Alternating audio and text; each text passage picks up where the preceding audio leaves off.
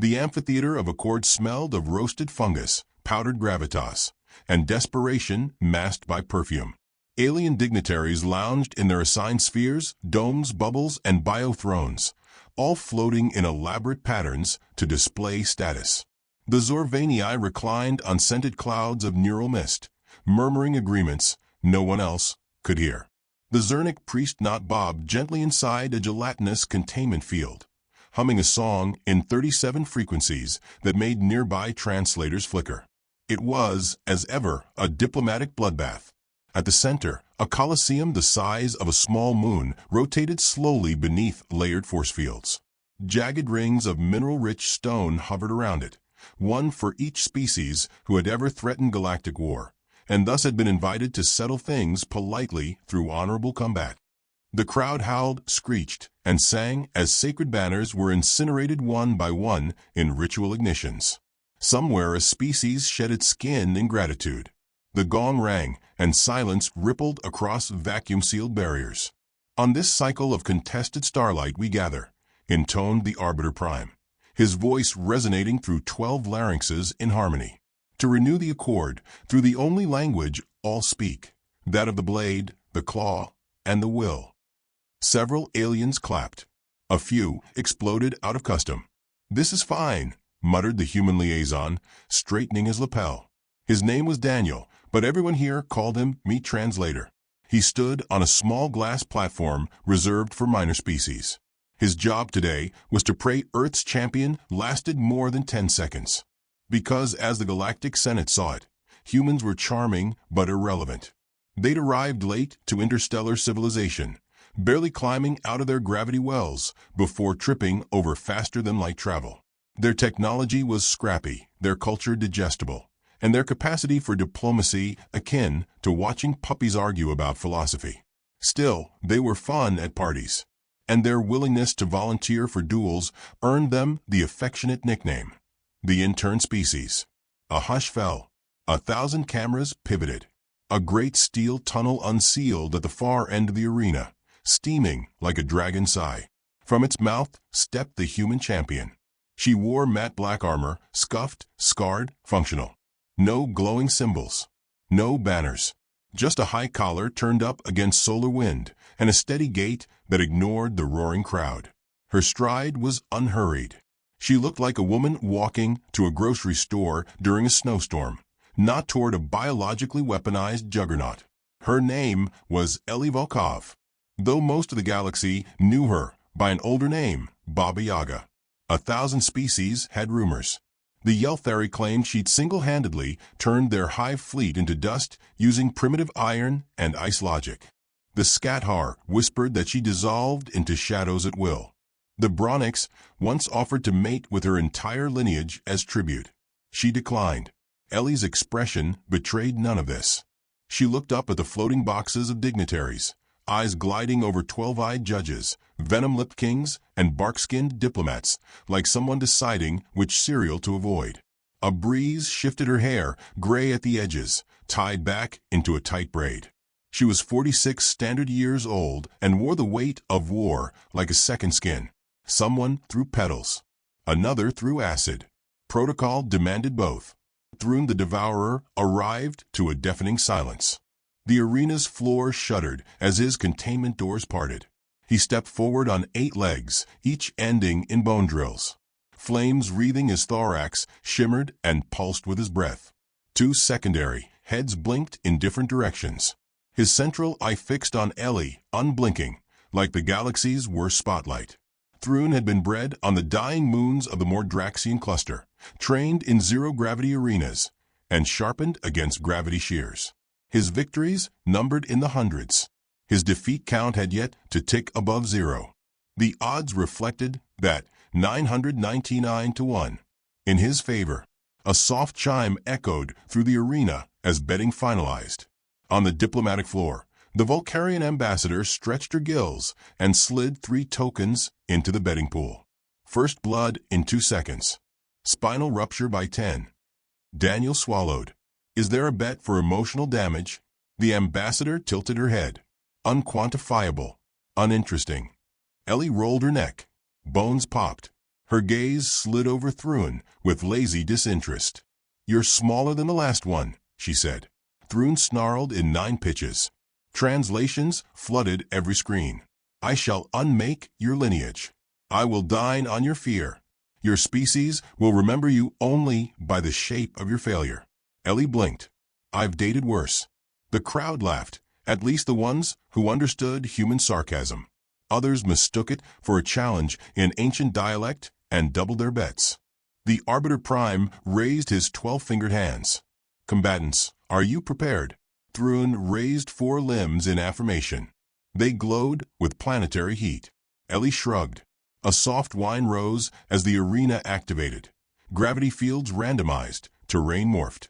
Lava rivers stitched through stone ridges. Ice grew over metal grids. Somewhere, a wind howled with programmed purpose. Ellie stood alone at the center, a small figure against a planet-sized death chamber. To the Galactic eye, she looked pitiful. Human. Soft. Her bones would break. Her odds were symbolic at best. This was tradition. Theater. A ritual bloodletting to ease political tensions. But Daniel knew better. He remembered the footage from the Ort incident. Ellie, then just a lieutenant, stranded behind enemy lines. She'd emerged 2 weeks later with no squad, no armor, and a 1,000-yard stare. The satellite scans showed a crater shaped like a chess piece where a facility used to be. "Begin," said the Arbiter. A roar thundered through every layer of atmosphere and shield. Thrun charged. His footfalls shattered stone. Plasma hissed from glands on his flanks. Ellie didn't move. Daniel held his breath. A blink before impact, Ellie tilted her head, barely, and sidestepped. A massive claw carved the air where she'd stood. She ducked, pivoted, and let her momentum carry her beneath a swinging limb. It brushed her braid. Thrun spun, scything across the floor, snarling in molten anger. Ellie tapped her wrist guard once. Something blinked.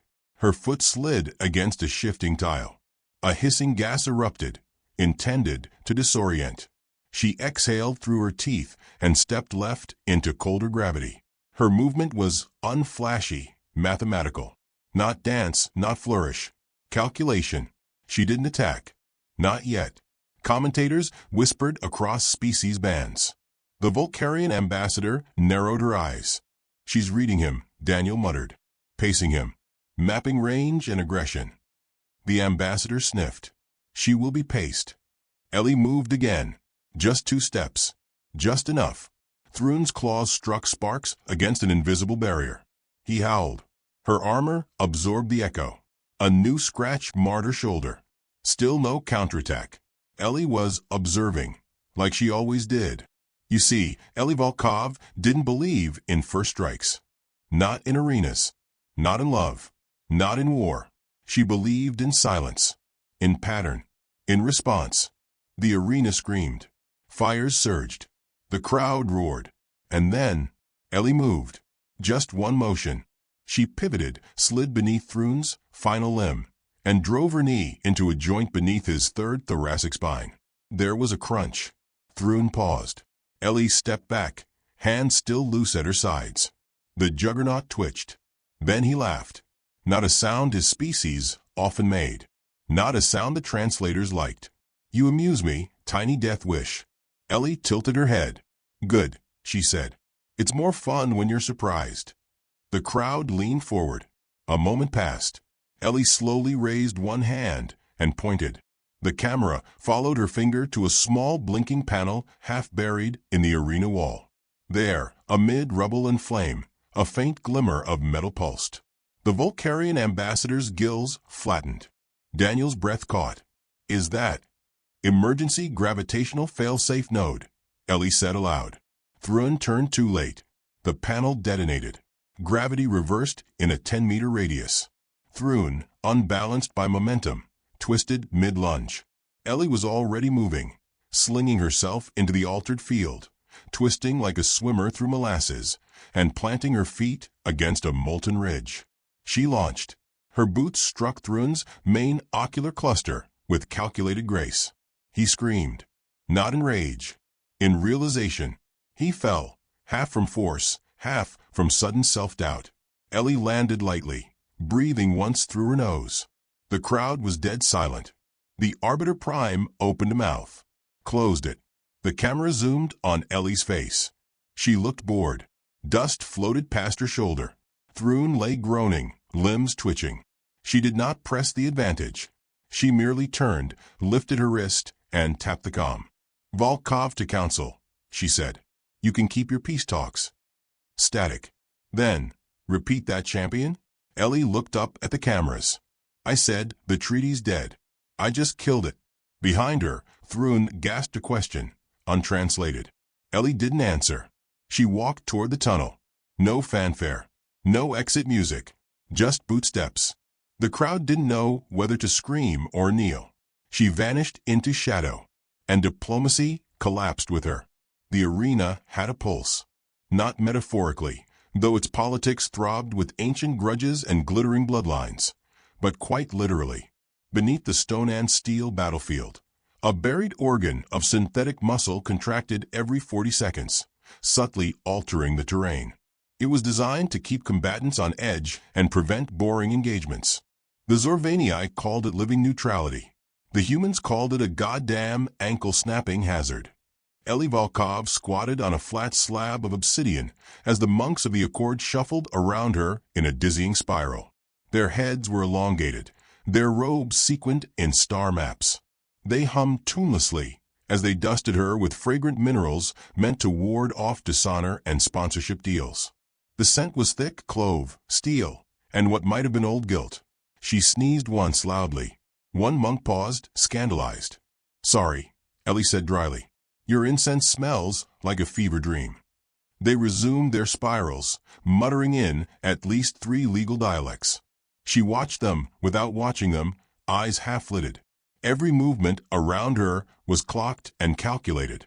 The slight delay in the left monk's step, the way the floor shifted minutely, adjusting to heat signatures. The flicker of a light behind a semi-transparent panel where no light should be. It was all data, all weapons, if viewed from the right angle. Overhead, the commentator's voice crackled through every known frequency, delivering color commentary in bold, syrupy translations. And here, the human champion, ever enigmatic, receives the ritual of entry with all the grace of a drunk insect. Cheers and jeers rolled from the floating balconies. Some threw offerings. Some threw things that were banned in 3 quadrants. One jelly-based life form tried to digest the observation rail in excitement. Ellie stood as the rituals concluded. Her armor flexed, pressure points adjusting to her breath rate. She'd refused upgrades. No neural uplinks. No adaptive AI embedded in her spine. No predictive threat modeling. The council allowed her a blade, a calm bead, and her own instincts. The rest was cheating. A floating disk approached her. It projected a spherical interface, glowing with scrolling text. Daniel's voice came through, tinny and concerned. "You're trending on 7 planets. A viral snippet of you sneezing got 30 million views." Ellie grunted. "I think they think it's part of your combat style." She said nothing, letting the quiet answer for her. The disk hovered closer. "I brought a hard copy of the rules, just in case." A printout extended, a winding ribbon of paper at least 10 meters long, covered in microtext. Ellie raised a brow. "Got time for a bedtime story?" "I wish I was kidding." Section 98. Humans must not utilize digital assistants, including, but not limited to, AI, quantum calculators, predictive algorithms, battle meditation, or emotional support hamsters. Did you say hamsters? It was a problem once. Ellie flicked the rulebook with her finger, sending it scrolling back into the machine. "No need. I know the rules." Daniel hesitated. "You also know they weren't made for you. None of them are." He sighed. "Just survive long enough to embarrass them. That's the real win." She smiled faintly. "I'll think about it." The disk beeped twice and zipped away, off to harass someone less resigned. A bell rang. The terrain shimmered again. The arena walls flexed outward, then folded in like a flower closing. Platforms shifted, growing teeth. Gravity hiccuped twice before settling at 1.2 Earth standard. across the field, Thrun the Devourer cracked his knuckles with a sound like falling glaciers. Ellie watched him.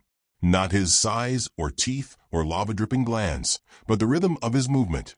He limped just slightly on the left leg, a ghost of old damage. He blinked in uneven intervals. His gaze swept always high first, then low. Pattern. Predictable. He flexed again, issuing a war screech that shook the air. Translation: I will make you an example.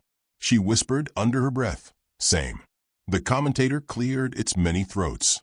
As is custom, the arena now shifts into its ritual configuration. The environmental hazards selected today: thermal vents, collapsing bridges, anti-oxygen sectors, and the unpredictable whim of diplomacy. Applause erupted. One ambassador fainted. Another licked their neighbor in celebration. Ellie crouched low, breathing slow. She felt the rhythm beneath her feet, the way the arena's buried muscle contracted. She counted in threes. 3-2. A siren shrieked. The match had not yet started, but the ceremony had. A new platform rose between the two combatants. Upon it stood the council herald, robed in light, flanked by 12 species ceremonial weapons. His voice boomed. We gather under the sight of stars and treaties. We recall the words of the Prime Charter. Where dialogue fails, discipline must prevail. A pause. Polite silence. Let blood speak in place of lies. Ellie exhaled. Charming. Thrun growled. A rumble echoed through his core. He crouched in something like reverence, though his talons scraped the floor. The herald continued. Do both champions accept the burden of representation? Do you carry the weight of your species' ideals, honor, and collective ego? Thrun nodded. Ellie tilted her head. Sure. The herald looked nonplussed. Please respond in formal ritual phrasing. I, Ellie Volkov of Earth, accept the burden of representation and the weight of everybody's nonsense. Polite laughter from the upper boxes. On Earth, the human feed captioned her words as heroic declaration, ancient Earth style. The herald sniffed, then stepped backward and vanished in a beam of procedural light. Another bell rang. A panel flickered in the sky, counting down from 30. A slow rotation of diplomatic faces appeared beside it, each ambassador bracing for the outcome. Daniel's face showed up, pale and unslept. His audio was cut. The crowd surged. Thrun flexed his flames higher, cloaking himself in heat shimmer. Ellie stepped forward, arms loose at her sides. 20 seconds. She let her mind settle. Not on strategy, not on revenge. On balance. Wait. The incline beneath her right heel. The sway of air currents indicating Thrun's breath. The temperature spike as a vent prepared to open. The precise pause in the wind before gravity surged. 10 seconds. Thrun dug his feet in. His left foot was millimeters off-center. He compensated with the third arm. It meant his next lunge would tilt right. Ellie's expression didn't change, but her knee bent slightly. 3, 2, 1, 0. And nothing happened. No charge. No clash. The arena waited. The audience inhaled. Thrun snarled. His foot twitched. Ellie blinked slowly. Then, in the stillness, she spoke, softly and without any ceremony. You're going to charge in 3-2. Thrun lunged. But Ellie had already moved. She sidestepped into a thermal vent just before it activated. The blast hurled her upward like a bullet. The gravity flipped mid-arc planned, and she arced overhead, landing on a raised spire behind Thrun. The arena screamed. The commentators howled. She used a ceremonial hazard to reposition. That's either genius or blasphemy. Daniel, watching from the diplomat box, muttered, With Ellie, it's usually both. Thrun turned with surprising agility, but she was already descending. Not with a weapon, but a dropkick. Her boot struck his back, redirecting him into an open collapse sector. The floor gave way, and Thrun crashed through roaring. Ellie landed, crouched, one hand steadying her against the floor. The spire beneath her cracked. She rolled away just as it shattered. Thrun emerged furious, steam and ooze hissing from his sides. He roared again. This time, the words came slow, translated through snarling feedback. I am a vessel of fury. I will erase your stars. Ellie looked at him, expression unreadable. Then you better aim higher. The battle wasn't over. It hadn't even properly begun. But something had shifted. The crowd felt it. The counselors leaned forward. The odds, though not adjusted publicly, flickered once in the betting streams. For the first time in a long while, no one was certain how the next minute would go. Ellie stood in the center of a trap masquerading as a treaty, surrounded by 1,000 eyes that had already written her epitaph. She smiled. Let them watch. Let them learn. And if necessary, let them burn. The arena cracked open with the sound of gods arguing. Stone split. Metal screamed. The air carried ozone and blood smoke, thick as a funeral pyre. Ellie didn't flinch. Thrune the Devourer came at her like a sun on legs, 8 of them, all moving in staccato bursts, calibrated for overkill. His limbs punched into the ground, fracturing it as he advanced. Each step sent out a pulse, a wave of kinetic fury that bounced against the invisible dome above the Colosseum, making the light stutter and the dignitaries recoil behind their force fields. He was a walking siege, a monument to excess violence, and he was already within striking range. Ellie moved, not fast, not flashy, but precisely. She let her weight roll to the outside of her boot, dipped low beneath a blade arm swinging toward her clavicle, and kicked off a shattered slab of obsidian into a corkscrew dive. Her boot skimmed the edge of a gravity plate, redirecting her sideways. She landed in a crouch, breathing evenly. The crowd gasped, not because of her grace, but because her shoulder was bleeding. The blade had grazed her, not a deep wound, but enough to darken the cloth beneath her armor and trigger the scoreboard's first red flash. First blood, Thrune. On a nearby balcony, the Volcarian ambassador clicked her claws together in vindicated delight. She slapped her betting chip onto the table. 2 seconds, she purred. As predicted, Thrune raised one arm high and roared. The ground pulsed. Ellie's ears rang from the frequency. She steadied herself, eyes narrowed, not in fear, but in diagnosis. He overextended when he celebrated. She stored that. But her arm was burning now. Warm blood trickled down her tricep, and though she didn't react, the pain was registering. Quietly, a metronome in the back of her brain. Not fatal, but annoying. She hated annoying. Thrune surged again, coming from 3 directions at once. One claw swiped low, the second from above, the third a feint. She caught the motion a beat too late. His tail lashed around like a pendulum, slamming into her ribs and lifting her clear off the ground. Time slowed. Not from any enhancement, just perception honed by years of surviving worse. She twisted midair, exhaled to reduce internal damage, and slammed back first into a jagged pillar. She hit hard, hard enough to crack something. Maybe a rib, maybe 2. She didn't move. Not for a second. Not for 3. The arena seemed to hold its breath. Then, she slumped forward, body limp. Gasps rolled through the balconies. The commentators stammered. One camera zoomed in too fast and caught only static. Daniel, from his perch in the diplomat ring, went pale. His fingers clutched the console, as if squeezing it would change the outcome. The Volcarian ambassador smiled, smug and sharp. Pity. I rather liked her boots. Thrune approached the crumpled form, victorious strides echoing like war drums. He let his arms unfurl, raised them to the sky, and prepared to finish it ceremonially, to break her before the galaxy and complete the ritual kill.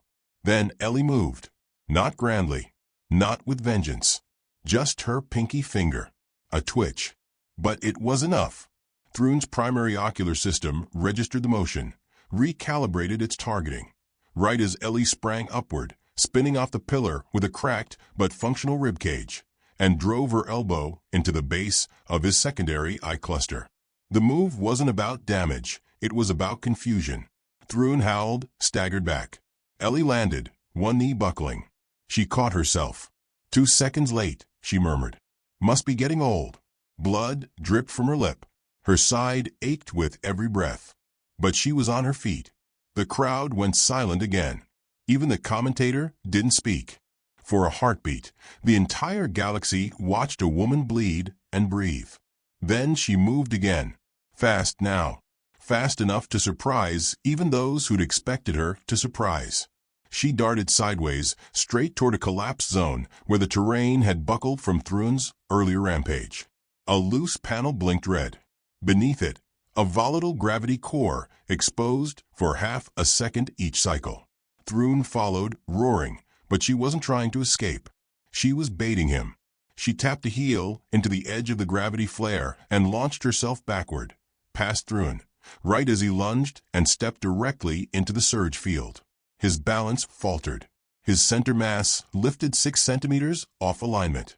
Ellie struck, not with a blade, not with strength, but with a step. A precise, calculated stomp onto Thrun's destabilized ankle node, the one she'd catalogued earlier as favoring his injured leg. The pressure spike did the rest. Thrun bellowed, falling sideways. His momentum became his cage. He crashed into the shattered ridge and got momentarily pinned. She didn't waste it. Ellie dove to a nearby spike, tore loose a jagged metal shard the size of her forearm, and slammed it point first into the energy capacitor protruding from Thrun's third dorsal joint. Sparks erupted. Thrun screamed, not in pain, but in recognition. He knew then. Knew she wasn't dying. She was recalibrating. Ellie staggered back, chest heaving. Blood now soaked through her left side. Her arm trembled. Her breathing was ragged, shallow. She smiled anyway. "You forgot, big guy," she said hoarsely. "We don't die easy. We just get quiet." Thrun righted himself. Smoke hissed from one side of his body, and his ocular cluster now blinked in chaotic patterns.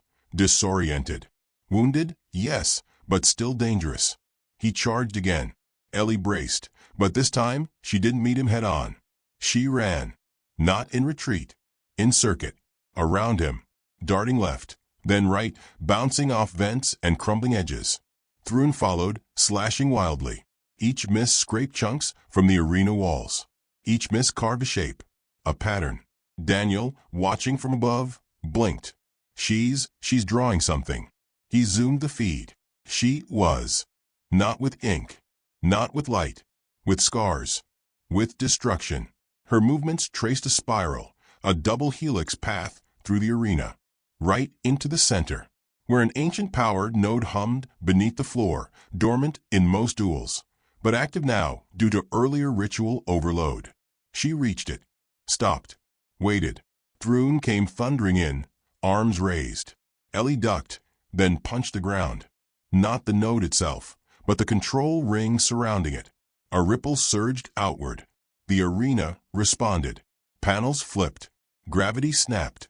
And Thrun, charging at full speed, met resistance from a burst of inverse force, launching him upward like a missile. Ellie followed, vaulted off a spring plate, spinning midair. She collided with him chest first, drove her blade into his shoulder socket mid-spin, and twisted. They crashed together, falling. Her arm was around his neck. His claws flailed, but couldn't find purchase. And when they landed, he hit first. She used him to cushion the fall. It wasn't enough to kill him, but it ended the round. Silence again. Then a thud, Ellie rolling off him, lying flat, breath ragged. The scoreboard blinked uncertainly. Then updated. Stalemate pending ruling. Boos. Cheers. Panic. Counselors argued. Bets were paused. Screens across 12 worlds flickered with urgent analysis. Daniel exhaled a shaky breath. Ellie sat up.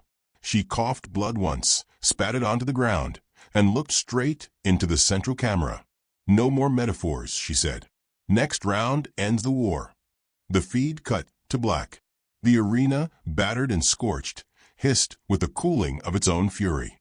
Fissures ran through the floor like veins of lightning, and scorched debris floated gently in the aftershock of gravity's tantrum. The lights, grand ceremonial, once blinding, now flickered with the dull confusion of an interrupted broadcast. And Ellie Volkov stood in the middle of it, bloodied, breathing, whole enough to keep going. Thrun the Devourer groaned nearby, limbs twitching in delayed protest. The last clash had left him crumpled near the diplomatic boundary wall, where the glass had fractured under the force of his body's collapse.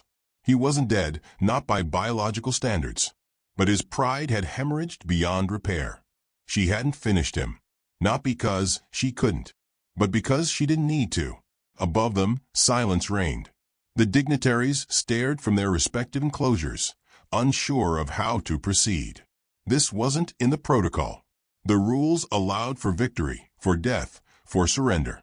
But this limbo of dominance, without execution, left the council paralyzed. Daniel stared at the screen, mouth dry. His heart hadn't returned to rhythm since Ellie's foot met Thrun's throat in that final exchange. He knew what came next, or thought he did. Declaration. Arbitration. She'd claim victory on behalf of Earth. A new clause would be signed. And for a while, galactic politics would pretend to be stable again. Ellie didn't look up at the hovering judgment cubes. She looked at her own hands. Both of them stained. One with blood, the other with ash from the torn plating of Thrun's armor. Her knuckles twitched. Not from pain. From memory.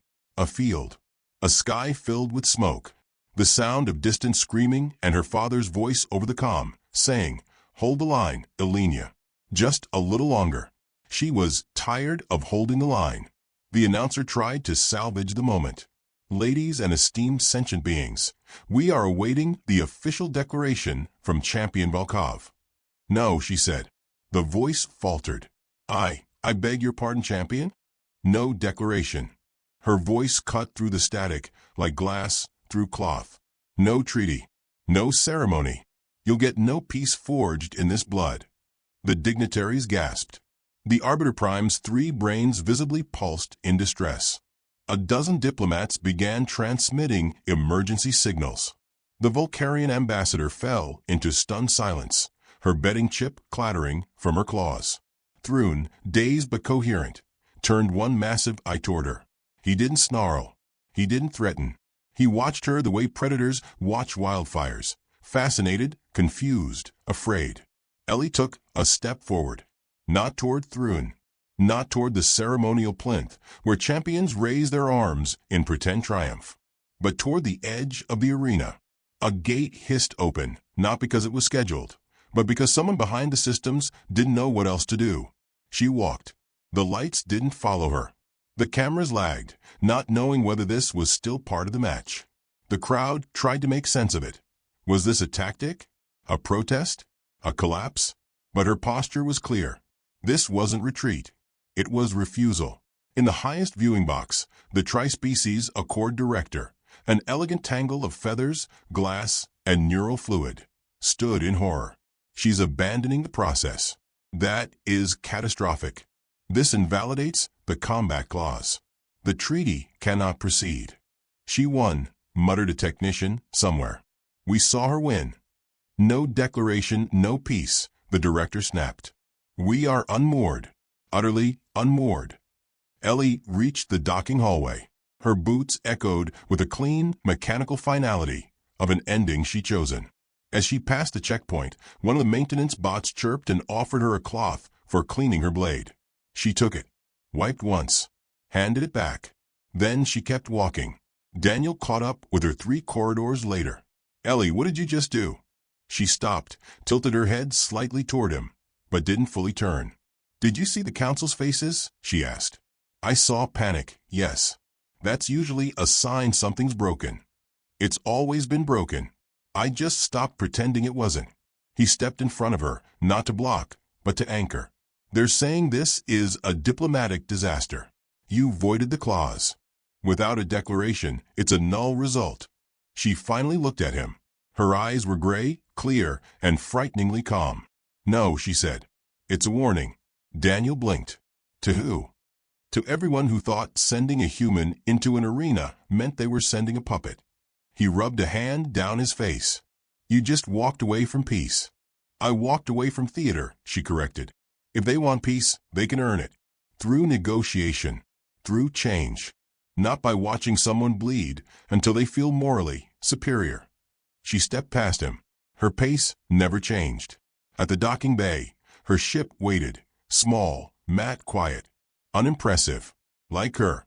She climbed the ramp, pausing only to glance once at the camera, still blinking red from its perch near the hangar entrance. "Tell the council," she said, "that if they try this again, if they ask another human to fight for a treaty while refusing to make one with truth, I won't be so gentle next time." The door sealed behind her. Inside, she dropped into the pilot seat, fingers gliding over the controls. They lit up one by one, humming low and steady, like a heartbeat returning after trauma. She didn't request departure clearance. The tower didn't deny her. No one wanted to be the first voice in her wake. The ship rose in slow, sovereign defiance, breaking from the gravity of ceremony and expectation. Behind her, the news feed scrambled to make sense of it. Baba Yaga refuses victory. The treatyless champion. Earth's silence is louder than war. The memes began before her ship even cleared orbit. Children on distant colonies drew pictures of her walking away with the caption, "Not today." On Volker 5, protesters carried signs that read, "Let diplomacy bleed, not people."